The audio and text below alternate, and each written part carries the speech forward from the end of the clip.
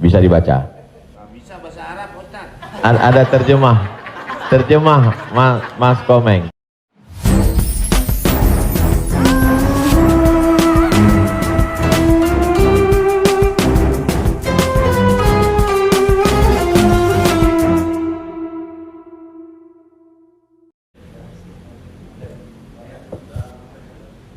Baik, Assalamualaikum warahmatullahi wabarakatuh.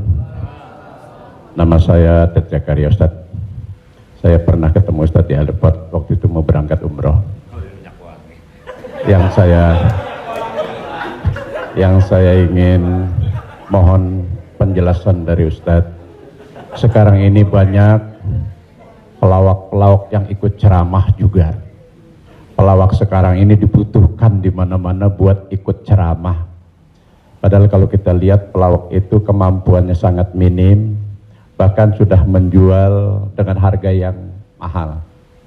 Mohon penjelasannya Pak Ustadz, di mana bolehkah seorang pelawak itu melucu atau melawak di dalam satu ceramah?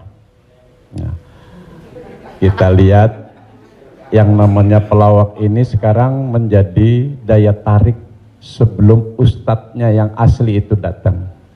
Saya sendiri umpamanya berapa kali ngikut raja dangdut kemana, saya jadi bemper biasa di depan, tapi saya mengingat bahwa ilmu saya belum sampai ke situ, tapi saya memaksakan diri untuk menarik.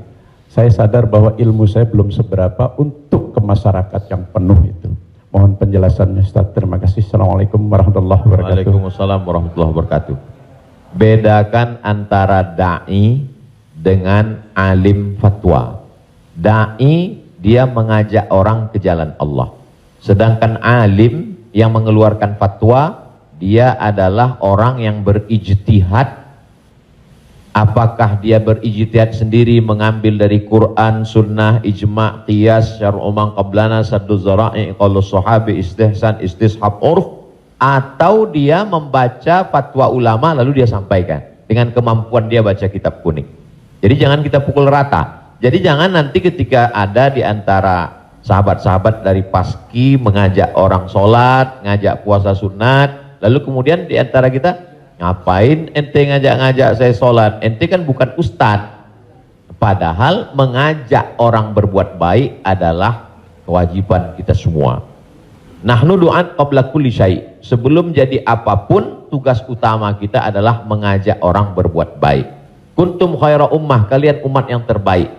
Kapan kita menjadi umat yang terbaik? 3. Ta'muruna bil ma'ruf, ajak orang buat baik. Wa tanhauna 'anil munkar, larang orang buat mungkar. Wa tu'minuna billah, beriman kepada Allah. Jadi kalau hanya sekedar ngajak orang sedekah, ngajak donasi buat rumah tahfiz, ngajak ngumpulin beras untuk santunan yatim fakir miskin, maka pelawak boleh, penyanyi boleh, polisi boleh, siapapun. Karena itu tugas sebagai seorang muslim, amar ma'ruf nahi mungkar. Yang tidak benar itu adalah ketika dia sudah dianggap sebagai ustadz dan ditanyakan suatu masalah dan dia terdesak, akhirnya dia bicara padahal dia tidak mengerti.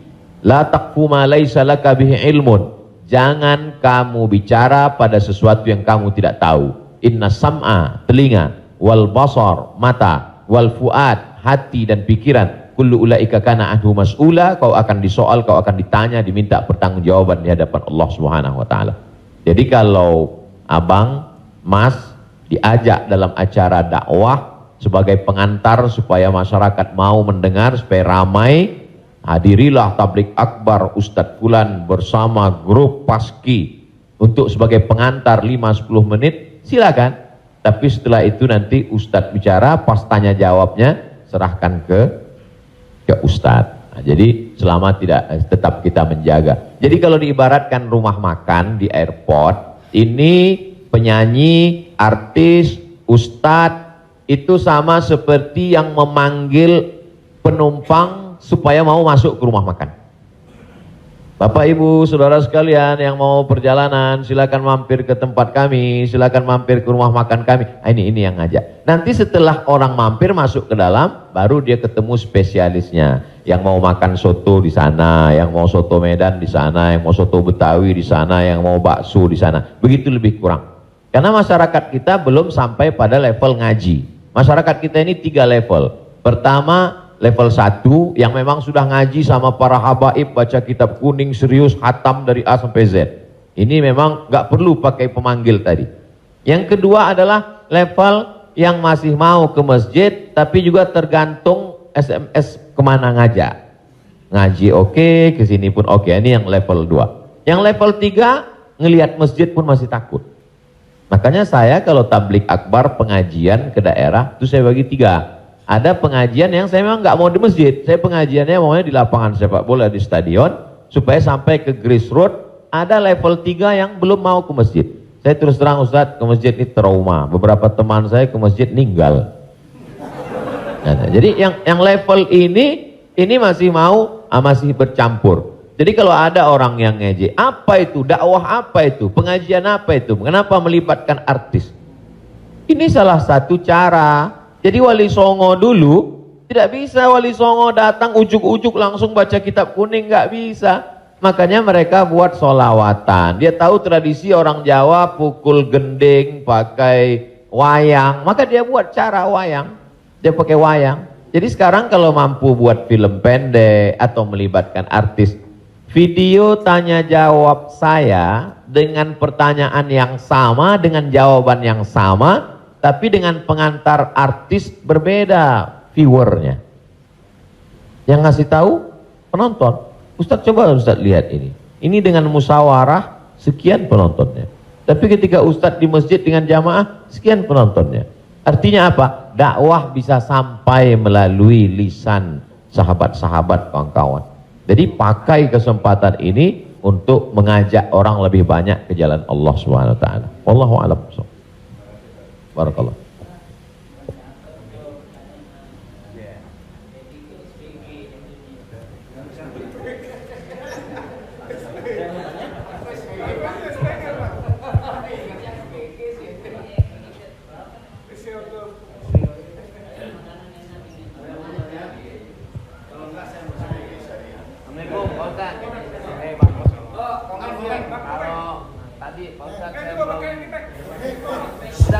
Udah Pak.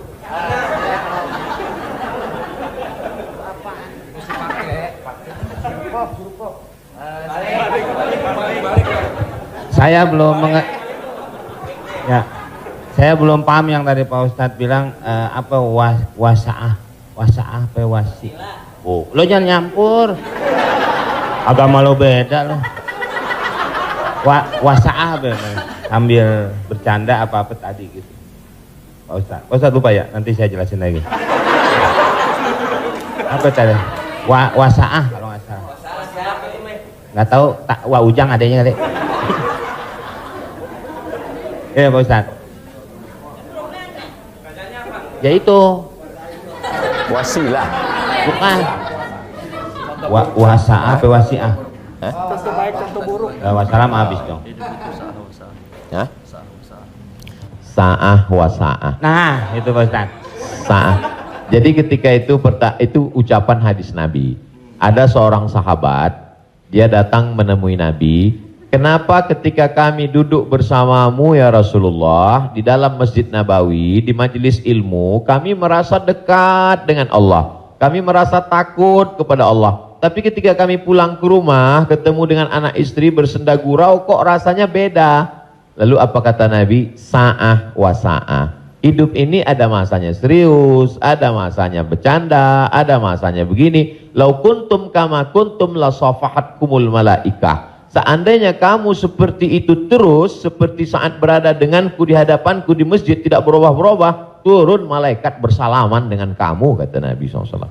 Jadi sahabat itu pun mengalami seperti yang kita alami dan kekhawatiran seperti kekhawatiran kita. Ketika kita duduk dengan Habib, dengan Ustadz di masjid, dengan Kiai, dengan Tuan Guru, terasa begitu full iman. Tapi begitu pulang ke rumah, kok begitu ya? Rasa yang kita rasakan sekarang dirasakan juga sahabat Nabi dulu, dan mereka tanya, kata Nabi nggak salah. Karena hidup ini ada sa'ah wa sa'ah. Sa'ah artinya bahasa Indonesianya saat.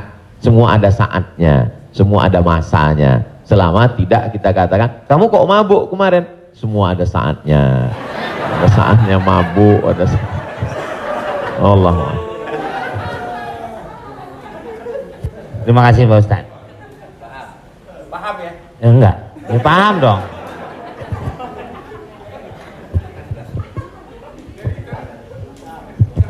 Mungkin dari sini ada.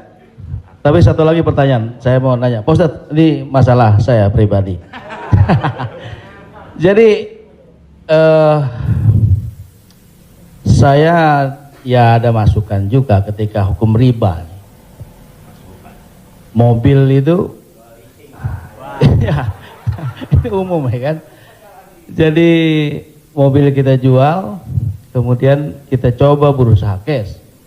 Saya untuk menghilangi kredit. Nah, saya mau tanya, ini juga amanat dari keluarga saya, dipastikan lagi.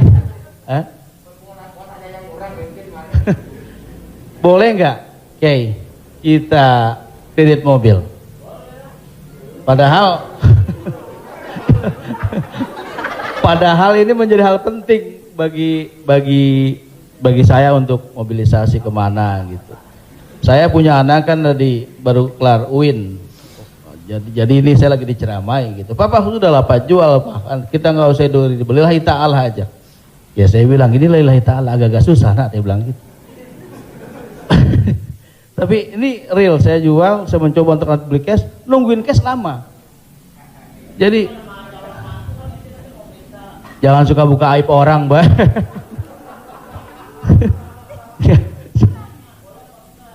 Ya, udah tadi ini dulu belum kelar. Jadi boleh nggak saya riba? Oke. Sorry, boleh nggak kredit mobil itu?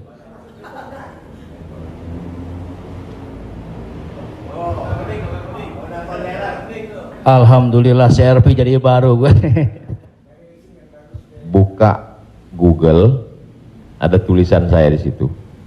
Nanti Bapak, Ibu, Abang, Mas share ke teman-teman. Buka Google, tulis di situ Somad Morocco, SOMADMOROCCO, Somad Morocco, SOMADMOROCCO,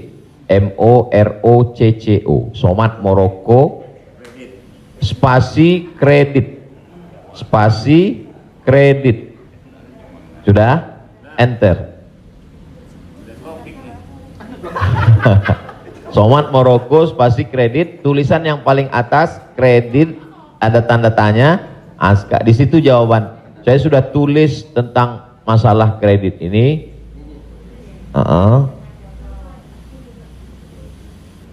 Di situ.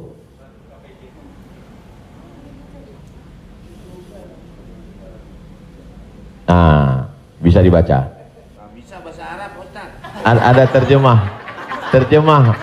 Mas Komeng, terjemah di bawah. Terjemah di bawahnya. Terjemah di bawah. Majma' Al-Fiqih Islami membolehkan jual beli dengan tempo. Membolehkan jual beli dengan tempo, jangka waktu, garis miring kredit pada konferensi ke-6 yang dilaksanakan di Jeddah pada tahun 1990. Dalam keputusan tersebut. Jadi jual beli dengan tempo kredit itu boleh. Bawah, ini penjelasannya. Yang bawah langsung bahasa ke jawaban. Jual beli kredit itu tidak ada keberatan di dalamnya, boleh jika waktu dan tambahannya diketahui. Dibayar dalam waktu 2 tahun. Dibayar dalam harga 200 juta. Dicicil 1 bulan 15 juta, misal 10 juta, 12 juta. Meskipun harga kredit lebih mahal daripada kontan, karena penjual dan pembeli sama-sama mendapat manfaat. Penjual mendapat manfaat tambahan harga dan pembeli mendapat manfaat tempo jangka waktu. Disebutkan dalam Sahih Al-Bukhari. Apakah di zaman Nabi ada kredit? Ada. Dalam Sahih Bukhari, Sahih Muslim, bahwa Barirah itu manusia. Waktu itu masih boleh jual manusia, hamba sahaya. Bahwa Barirah dijual oleh tuannya dengan cara kredit selama 9 tahun. 1 tahunnya dibayar 40 dirham.